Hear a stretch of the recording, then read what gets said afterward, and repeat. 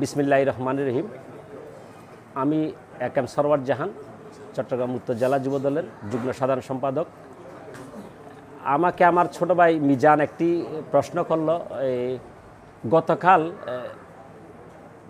আগরতলায় বাংলাদেশ উপদূতাবাসে ভারতীয় কিছু উগ্রবাদী সংগঠন হামলা করেছে।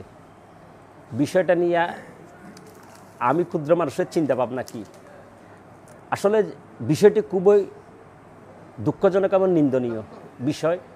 যেহেতু আমরা বাংলাদেশি একটি স্বাধীন সার্বভৌম জাতি, আমাদের একটি রাষ্ট্র কাঠামো রয়েছে, আমাদের একটি স্বাধীন দেশ রয়েছে।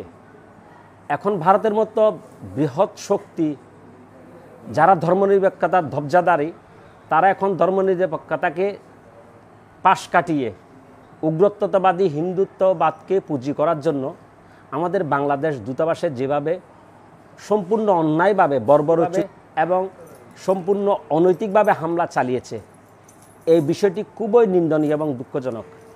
এ প্রসঙ্গে একটি কথা বলতে চাই,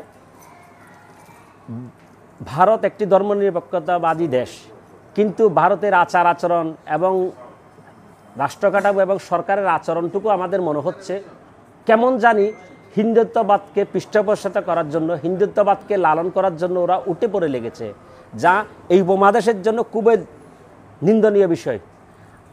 আপনাদেরকে দ্বিধাহীনভাবে বলতে চাই, আমরা বাংলাদেশে 18 কোটি মানুষের বাস, এখানে প্রায় 10% হিন্দু রয়েছেন, আমাদের হিন্দু ভাইয়েরা রয়েছেন, সংখ্যালঘু ভাইয়েরা রয়েছেন।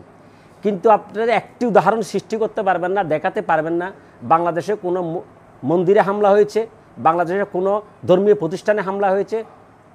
শুধুমাত্র ধর্মীয় পরিচয়ের কারণে কোনো হিন্দু ভাইদের গায়ে আমরা হাত তুলেছি। এটা আমাদের কালচার, এটা আমাদের শিক্ষা, এটা বাঙালির ইতিহাস, এটা বাঙালির আমাদের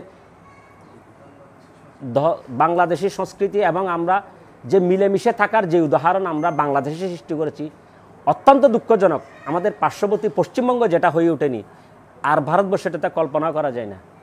আমরা আজকের এই মতবিনিময় থেকে আমরা তীব্র প্রতিবাদ এবং নিন্দা জানাচ্ছি। সাথে সাথে ওনাদের অনুরোধ করছি, আপনারা দাদাগিরি সুলভ আচরণ করবেন না।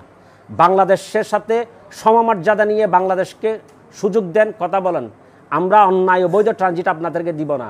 আমরা 18 কোটি মানুষ, আপনাদের অন্যায় দাবির পিছনে আমরা নত স্বীকার করব না।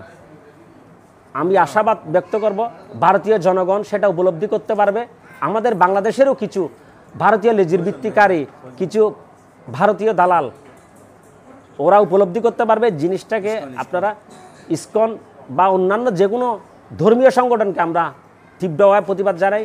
আমাদের দেশনায়ক তারেক রহমান সাহেব বলেছেন, আমরা এখানে কোনো উপজাতি নেই, এখানে কোনো সংখ্যালঘু নেই, আমরা সবাই বাংলাদেশি।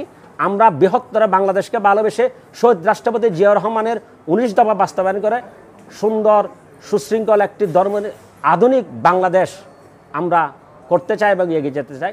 সবাইকে ধন্যবাদ। আসসালামু আলাইকুম।